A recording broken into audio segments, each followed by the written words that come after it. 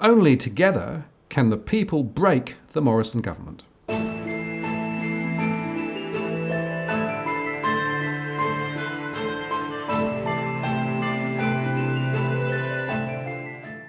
Martin North, John Adams, in the interest of the people.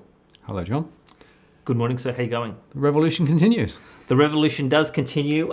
We've had a lot of activity on the cash transaction ban front in the last week and a half, and so I thought it's worthwhile to inform the audience of what's been happening both publicly but also behind the scenes. I've had some very interesting behind the scenes discussions with elements of the coalition, and quite a few of the nationals are nervous about community feedback, and so I think there's an opportunity to potentially split the coalition on this issue, and obviously if we can get the nationals to oppose the legislation internally, that could be collapsing the empire within, so to speak. But before we get to that, I thought there's quite a few public things that we should be alerting the audience to, just so that they may have missed some of the key developments in the last week and a half. Yeah, there's quite a few things happening. And it's worth saying, I think, that a number of people have complained that we're using the term cash ban, right, rather than cash limitation or something, right? But I actually think cash ban is precisely what it is, for certain types of transactions, for certain purposes.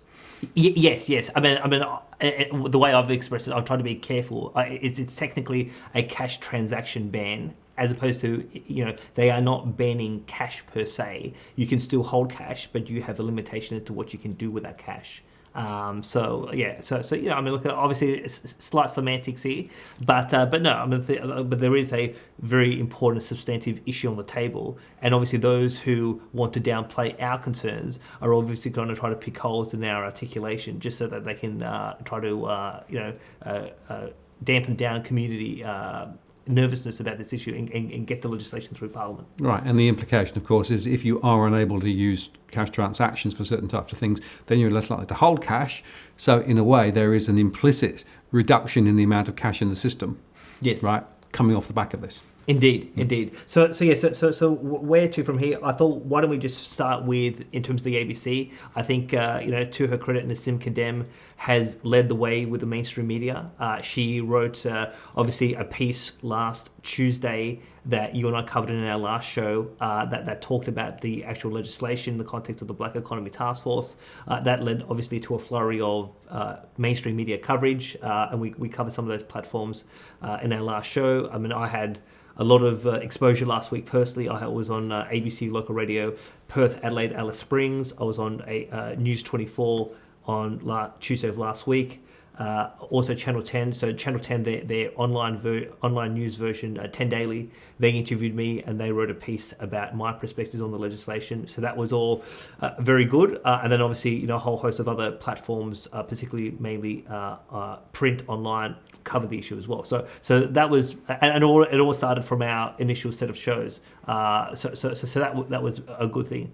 Then what happened was late last week, I have an ongoing dialogue with multiple people in the media, and particularly on this link between negative interest rates and the war on cash. It was a point I continued to make in mainstream conversation, and some people said, again, like, no link, conspiracy theory, etc. So again, to her credit, Nassim Kadem, she's watched our shows, but she said to me, okay, can you show me the sources that you've used on your show? Give me the quotes, give me the links. So I said, there's no problem with that. I mean, Martin and I, this is all public information. So I sent her a lengthy email late last week with a whole host of links to, the IMF papers, to some of the earlier central bank papers that we've quoted, my 2016 column to the Daily Telegraph, etc., and said, well, here's the body of evidence that I've been basing it on. Sent it to her, and then that resulted, and obviously she's been talking to other people doing other research, and then that resulted in a column that was published Monday of this week, where she talked about the IMF agenda around the abolition of cash, and basically said that, and you covered this on the DFA channel. So she said this is not. She mentioned me in the column. She said this is not being plucked out of thin air. There is a legitimate basis for concerns about the role of cash, the agenda around cash, and what happens when central banks want to implement negative interest rates. And again, I went on social media and highlighted this column, and I said, well, again, this is not conspiracy theory. This is conspiracy fact. There is a conspiracy, and it's not a secret conspiracy. It's an open conspiracy by world central banks to eliminate cash so they can usher in, negative interest rate, not just mild, but deep negative interest rates, which is what precisely the IMF has said, that we need to cut rates between 3 to 6% in the next recession. And it's interesting that Kevin Rudd, the former Prime Minister, was writing for the AFR yesterday, saying that a global recession is coming and that the Morrison government is, in his view, complacent. Now, again, another confirmation that stormy economic times are coming forward. And so the question is, well, are we ready for that situation? Even former Prime Minister Rudd said a situation is about to come forward. And my position has always been that in more than 200 years, we are the least prepared for a global economic crisis because we have the biggest debt bubble in the country's history, and households have basically, a lot of households, millions of households, have little to no buffer or slack in their balance sheet, but also in terms of their income flow, that they could actually manage a shock to incomes, unemployment, or even issues with the banking system that would allow them to continue to service their debts and their lifestyle cash flow obligations. Yeah, and it's worth saying, John, that it's not just here in Australia that this debate's running at the moment, right? In New Zealand, for example, they've put out a discussion paper on the future of cash that came out in June. In fact, there's a closing date for submissions on the 31st of August, so literally today. But Adrian Orr, the Reserve Bank governor, specifically said that negative interest rates are coming and cash is a problem. Yeah. So it's absolutely clear and transparent that we're not making this stuff up. This is real, right? This is how the central bankers are thinking, and it's just someone being more transparent than others about what's driving it. Indeed, and we'll get to it we'll get to it soon. But one point at this juncture, I just want to make is, so within the coalition, certain national MPs who have watched our show, who have received community feedback, who are nervous about negative interest rates, they have gone directly to the Assistant Treasurer Sukkar and said to him, "What's this all about?" And the Assistant Treasurer has said, "This is all about the black economy. This has nothing to do with anything else." So the question is, and you and I had a funny discussion about this in terms of yesterday. Is Sukkar lying? Is Sukkar trying to conceal, or is Sukkar as dumb as Jim Hacker from Yes Minister, Yes Prime Minister, where basically all the smart boffins around him are playing him like a violin, and he doesn't actually know what he's actually implementing. So I mean, the Yes Minister series, very famous. I love that show, and multiple times Sir Humphrey was able to trick Hacker into implementing certain things with a Hacker fully recognizing what was going on. And I'm just wondering, is Assistant Treasurer Sukkar, is he Australia's Jim Hacker in the current context? Well, he's certainly the responsible minister for this specific piece of legislation. So yes, he should be across it, and he should be understanding the implications and consequences of it. Yet, as you say, he chooses to deny any connection to the broader issues that we touch on in terms of negative interest rates and the need to restrict cash. Indeed. So I thought, now why don't we just talk a little bit about in terms of the status of the bill. So obviously we had the Treasury consultation period. Now I went to Treasury yesterday and asked them, because they still haven't released the non-confidential submissions on their website. So I asked them, well, when are you going to release it? They basically said they're still reviewing the submissions. They'll be releasing non-confidential submissions on the Treasury website as soon as possible, whatever that means. Who knows what that means? But we do know that the government has at this stage indicated they will progress. They will be moving forward with a bill. Now, obviously, a bill in the spring sitting. So, and the spring sittings commence on the 9th of September, and obviously they run through to about late November, early December. So in that time period, they need to introduce the legislation. It needs to be able to go through the House of Reps, and it goes through the Senate. Now, what I can reveal to the audience is that in some discussions with some parties in the Senate, certain senators will be pushing for a Senate inquiry. So that's important from a couple of aspects. One is that a Senate inquiry means that it's not going to be rushed very, very quickly. I mean, there'll be a time, maybe 3-4 weeks, where an inquiry will be underway in the Senate. So that's so it's not going to be it's not going to happen within 3 weeks, and it's going to be done and dusted.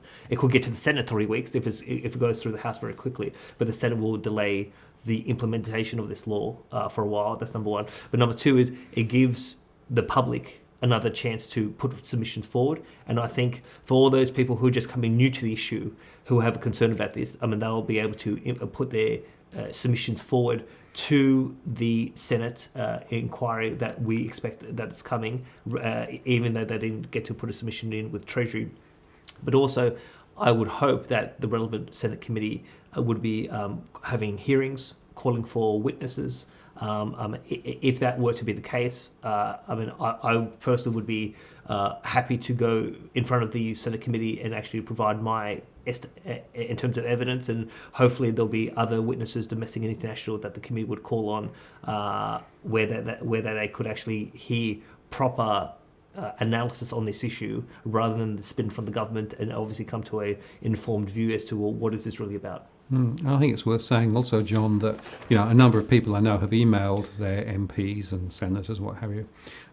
My own sense is that sending an email is good, but better is to pick up the phone and call their office, because they get so many emails on so many things that many of them just are not aware of this yet, right? Yes. We'll talk about tactics soon, but it is.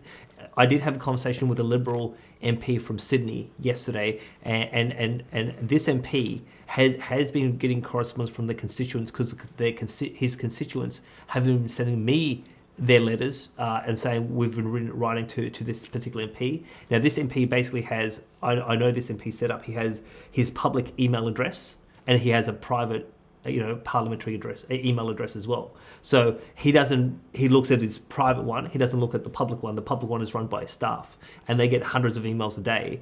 And he said to me yesterday on the phone, I'm not aware of what my constituents have said, because we get hundreds of emails a day. So I said to him, you better actually ask your staff, how much correspondence you're getting on this issue, because I know your constituents, certain constituents in your electorate are unhappy about this, and they have been writing to you. So again, just because you send an email, I mean, some MPs do get a lot of correspondence. It gets lost in translation. Sometimes the staff don't actually tell the MP exactly what's coming through the inbox. And having been a former advisor in a Senate office, I'm aware of not every piece of correspondence it comes across the boss's desk, but obviously a phone call and direct verbal communication with either the MP or senator or their staff is effective, more effective as well. But having said that, I would still say it's important to still write to your MP, so that you at least have a electronic record that you have actually put your concerns forward in writing to your MP or senator. Okay, that's good advice. And in terms of other parties and their positions, what do we know about that? So obviously we know that One Nation will oppose the legislation. Well, we had Senator Malcolm Roberts on this show saying that they will oppose. We know that Bob Katter will oppose, and I think we talked about that in our last show, so that happened last week. So I do know that Senator Corey Bernardi, so he does a weekly podcast to his supporters, and so I have connections inside his office, and they showed me these recent podcasts in the last couple of weeks where I think some of our viewers contacted Senator Bernardi, and Bernardi said that he would oppose the legislation. So that is what we know now. We know that certain parties, so Centre Alliance and the Greens, have not come to an official position, but discussions are underway, and things are looking positive from our perspective with those parties in terms of the Greens and Centre Alliance, but it's still too early to make any definitive decision. I guess more concerning is that Labor has effectively indicated last week that they will support the government on the legislation unless if something significant were to change their mind. So this is the rhetoric coming from Stephen Jones MP, who's the Shadow Assistant Treasurer, who I personally have met. I met him about 3 weeks ago because he lives here in the Wollongong area, and we had he gave me half an hour to put my case forward on this bill. So that's particularly concerning, because obviously if the government and Labor were to support this, well, it doesn't matter what happens with the minor parties on the crossbench, including the Greens, because there's enough senators to push the legislation through both chambers of Parliament. So I know that there's a bit of a campaign on at the moment to try to circumvent the shadow minister and obviously go to the leader, Mr. Albanese, but also other Labor senators and sort of other MPs across the country to make their voice known that this is something that they would expect Labor to oppose. One of the more interesting things that I thought was very concerning from Mr. Jones was his position on cryptocurrency. So, as we've covered in the previous show, digital currency, which is effectively cryptocurrency according to the definition, is exempt from this law. But Mr. Jones said no. In his view, cryptocurrency should be included in the cash transaction ban at the moment. When the legislation goes through Parliament, so he wants to push ahead with that, and obviously, that comment last week in the press has actually concerned the crypto community concerned them quite a bit, and so now we're starting to see some mobilisation in the crypto community to say, well, hang on, so the government says this is safe. We've said it's safe for now because they're going to turn off the exemption at some point soon, and now Labor's saying, well, no, why don't we just ban it right now in terms of $10,000 cash, $10,000 crypto transactions now. So we're starting to see action from Alex Saunders, Nugget News, who you've been on. I've been on his show, and a few others, where they're actually now pushing ahead to say, no, this is bad law. We want to oppose this, whether there's a regulation saying it's exempt or not. But one of the other things that I find concerning is, so I had a dinner in late April in Melbourne. So I spoke at a particular seminar. There was a dinner afterwards, and I had dinner with about 10 people. And one of the people who sat next to me he showed me his crypto portfolio, $750,000 in that portfolio that he showed me on his phone. And so obviously, once you're talking about some of these big players with 6 or 7 figures in cryptocurrencies, well, effectively in my mind is, if you bring in this ban, well, what can you do with that crypto other than to go to an exchange and try to liquidate it? Because the whole basis was that you get out of the official system and you can actually use it to transact or to invest or to do whatever the case may be. But if Labor gets their way, they're going to turn cryptocurrencies into effectively digital, what I call digital junk, and you could have a wallet of $750,000 of crypto, and there's not much you can actually do with it. Otherwise, you go to jail. Well, I also would suggest, John, that even gold is not necessarily exempt, right? There are some interesting discussions I've seen as to whether gold could subsequently also be restricted as well, because of course any transactions above $10,000. Yes. So that is obviously a concern, and that's a point I made in my submission about gold and silver.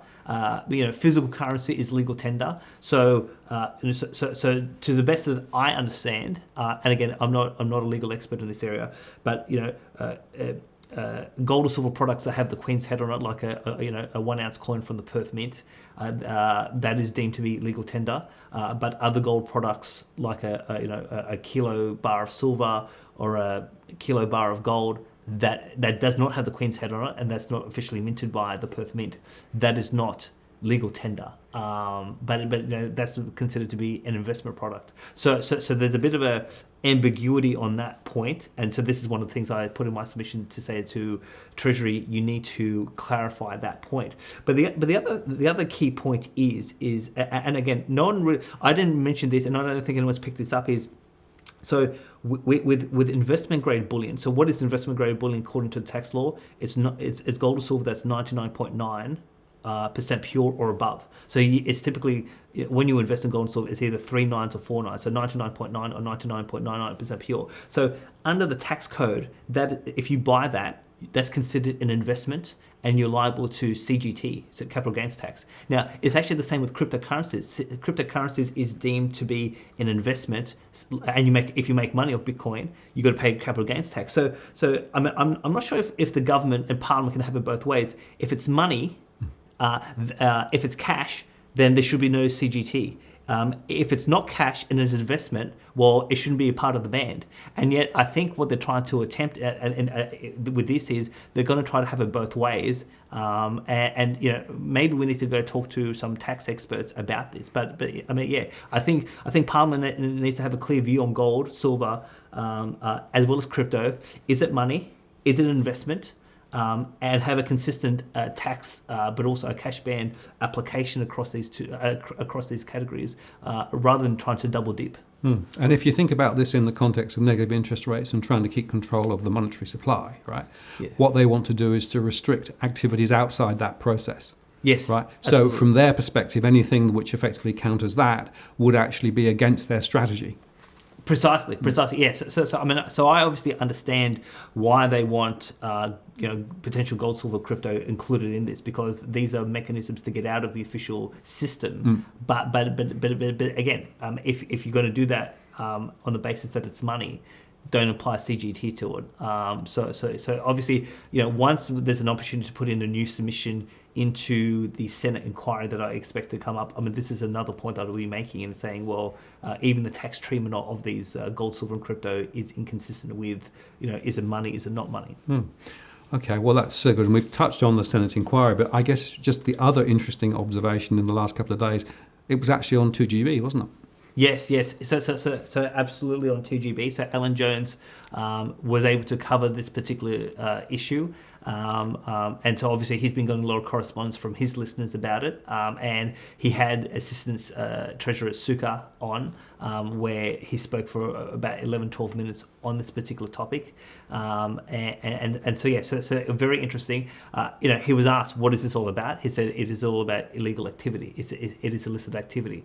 Didn't really focus too much on the tax leakage issue, but he said, no, it's around smashing. He said, there is evidence to suggest that there are greater transactions in cash related to illegal gangs and the mafia and bikie gangs, etc. And we need to give law enforcement more tools to be able to crack down on some of this black economy illegal activity.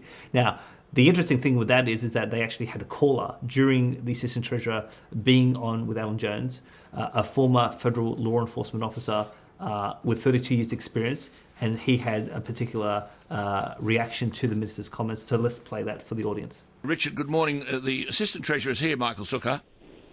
Good morning, Alan. Good morning, Minister. Look, my background is 32 years in federal law enforcement. This is the worst policy direction you could take. 3 reasons, very quickly. You've already said 96% of small business actually complies. 6% doesn't. The rest is organised crime. You've got $36 billion worth of organised crime. What you need to do is have a RICO Act, like in the United States, Racketeering, Influence, Corruption Organisation Act. It came in 1970. Sure. And when 1970 came in, within 20 years, it wiped out the mafia, wiped out organised crime, and they put together asset seizures linked to it. Sure. Now, this country does not want to do it. The Costigan Royal Commission wanted it. The late Athol Moffat wanted it. And Evan Winton, in his book, Our Corrupt Legal System, wanted it. The Barry O'Farrell government was given the advice by Mike Gallagher. Mick Young of the Labor government was to it. They was knocked over. The reason people don't want it, the backers of the Liberal Party, the backers of the Labor Party, they know what happened here in New South Wales. People would get caught. But you will pick up organised crime and you'll take their assets. Minister, don't do this to our country. Okay, well, Minister. I mean, the point here is we consulted widely with small business. There are not many small cafes or small retail shops that accept transactions. But what he's saying is, if you wanted to eliminate organised crime, why wouldn't you take the American legislation, which apparently has been successful?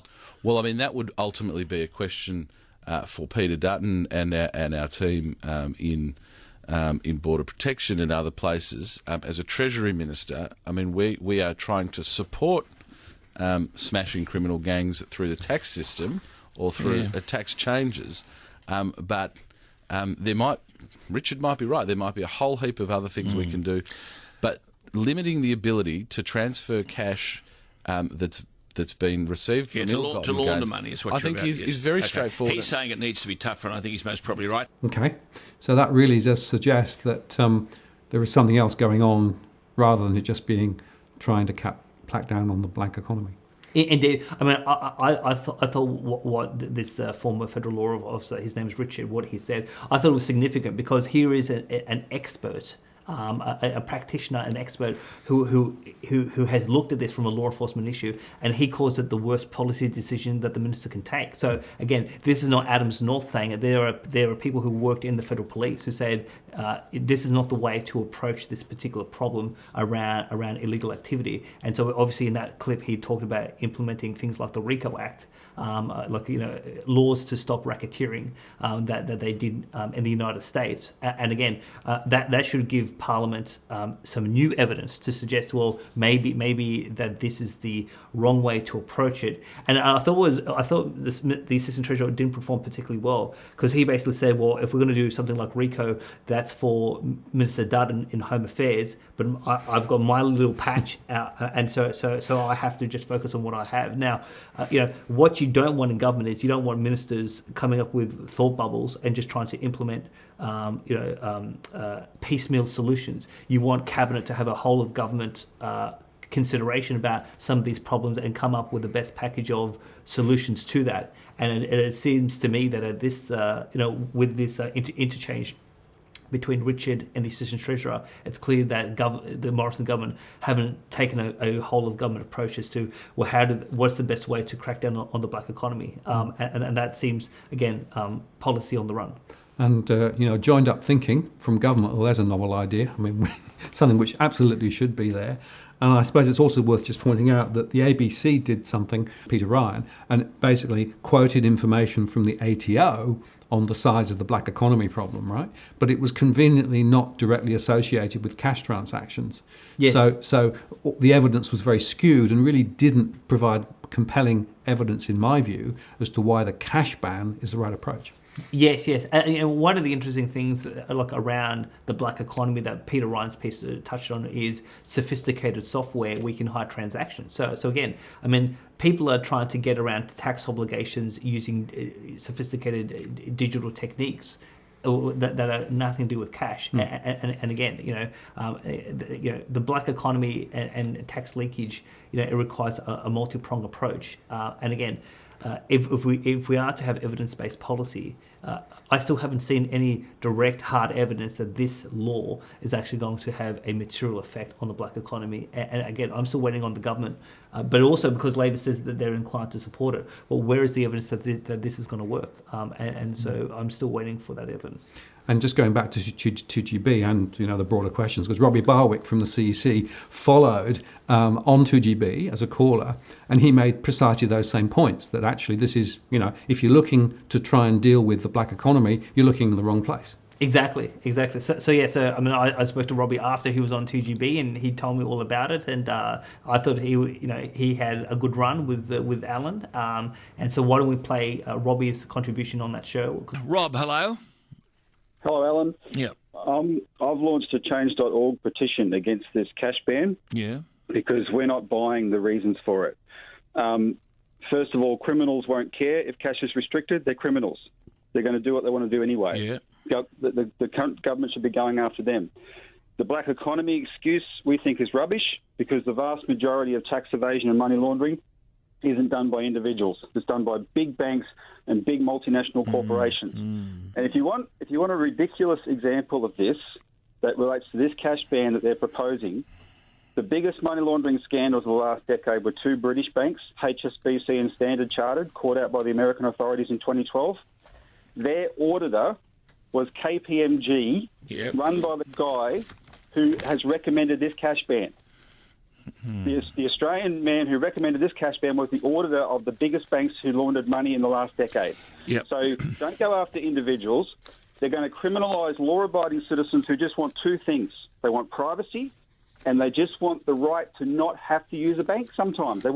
Sometimes you don't want to pay bank charges. If you restrict cash, everyone's going to be exposed to more and more bank charges. And check out, I use a banking app. I'm not afraid of the banks, but check out how much information the banks have on all your personal finances now anyway. It's actually, by old standards, Alan, it's quite scary. And the most important thing, our concern, is this traps people in banks when policies come out that we're very concerned about, like negative interest rates that everyone's talking about now, and the Reserve Bank, the IMF has said we need to have negative interest rates and we need to restrict cash so they work. The Reserve Bank Governor of New Zealand said this a couple of weeks ago. We'll probably go to negative interest rates and we'll need to restrict cash. Our Reserve Bank Governor said we'll look like we'll have to go to negative, we're prepared to go to negative interest rates. And the other one is bail-in, which is being applied around the world, where when banks get into trouble, is that they can take some of their depositors' money to prop them up. If depositors know about that, they'll want to get out of the bank. Well, this kind of thing restricts it and traps people in banks. So my organisation is the CEC. We've launched a change.org petition. It's got over 10,000 signatures in the last week. People, older people who remember what privacy was like, Alan, because unfortunately nowadays a lot of young people, they're just not used to it, right? Older people who remember what privacy was like should tell the young people that they should care about their privacy and not let the government do this. If you want to go after money laundering, go after money launderers. Don't go after law-abiding citizens by taking away their rights. I take everything you say, and there's tremendous merit in this.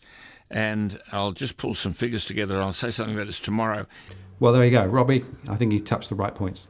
Indeed. So I thought it was very good that we're getting more exposure in the mainstream media. And so, today is Friday. I know that one of the weekend programs on 2GB have already contacted Robbie and said, well, are you willing to come back on the weekend and actually talk about this issue to our weekend audience? So again, the more we do this, the more evidence we present, the more people who become interested in the mainstream media, we get the community talking, and one could say that we are the tip of the spear when it comes to some of these economic policy issues that are circling around the country. Yeah, and I think the next month or so is going to be really critical, right? If we are to make further progress on this very important issue, it's got to be over the next month, hasn't it? Yes, of course. So we don't know when the government's going to settle on their final piece of legislation, but before it is introduced into Parliament, it's got to go to Cabinet, it's got to go to the party room, and the party room is the opportunity for the backbench to have their vote. So when the party room meets, cabinet ministers cannot speak, they cannot vote, and it's purely a backbench vote about do they support the cabinet position or not. And so this is where it's highly important that for in terms of people watching the show, if they are again against this legislation, the Nationals are being smashed in Queensland as well as in northern New South Wales. So I spoke to in the last 72 hours, 2 National MPs, one in Queensland, one in northern New South Wales. They are under significant pressure from their constituents not to support this legislation. This is what I was told, extreme nervousness among Nationals backbench MPs about this. And there is a discussion to be had among the Nationals as to do they fall into line with the Liberals, or do they actually try to actually stand up to the Liberals and say, well, we can't cop this in our constituencies, and you have to abandon this legislation. So again, moving forward, there definitely is a role for our viewers to play. If you do live in a regional rural area and you have a national MP, or even if in your state or territory you have a national senator, definitely apply pressure there, because that is definitely having an impact, and because these MPs are telling me directly that it is having an impact. But also in the context of Labor, there has to be more pressure applied to Labor. And one of the things I've said in recent days at some seminars, but also privately to certain people, if we are to reverse Labor's preliminary position as we understand it today, one of the things that one of the most effective ways to do that is to go directly to the leader. So the leader has the prerogative, in my view, to overrule his shadow minister. So to the extent that you can talk to other members of the shadow cabinet, the caucus, but also apply pressure onto Albanese's office, so that they know that this is a red line that even Labor can't cross. That could be an effective way to reverse the initial position of the shadow Assistant Treasurer, Mr. Jones. Okay, so I guess then for our audience, ask yourself what else you can do, who else can you speak to, who else can you pick up the phone to, who else can you email in terms of the political environment, right? And obviously there are senators, and those senators are state-based, as well as your local politician in the member, from a member's perspective in the lower house, right? Yes. Yeah. So a couple of tips for the audience in terms of wrapping up the show. There have been a couple of viewers who have actually contacted state MPs. I think it's important to just re-emphasise this is a federal issue with the federal parliament. So you get nothing out of contacting your state. Your whether it's New South Wales Parliament or the Queensland Parliament. I mean, it's not in their jurisdiction. So you must contact your federal MP. You must contact your federal senator, and obviously make your voice known. So that'd be point one. Obviously, we've touched on the point. Writing is important, but making a phone call, I think, is also important. And being direct and saying to them, if you vote for this, I will vote you out. I mean, look, I think particularly in marginal constituencies, any MP who wants to retain their seat, if they're hearing directly from constituents and they're saying directly, this piece of legislation could cost me not voting for you, I think that will have a devastating impact on their on their position. So just one point in terms of how do you find out who to phone, right?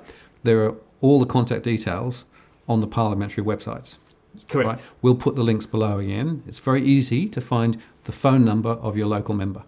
Yes. Yes, and the one point I'll make is that I think you just said it before, so the next few weeks are very critical, so I would agree with that. Obviously, if we have a Senate inquiry, I mean, this is likely to be an issue that may run for another 1 to 2 months. So the next 2 months will be the ultimate test of whether the people, our audience, the broader community, whether they are willing to stand up for their civil rights and their economic freedom and actually stop Parliament from heading towards the abyss. Yeah. So in the interest of the people, time to rise up and make sure your views are known. Absolutely. Martin North, John Adams, in the interest of the people, we'll see you next time.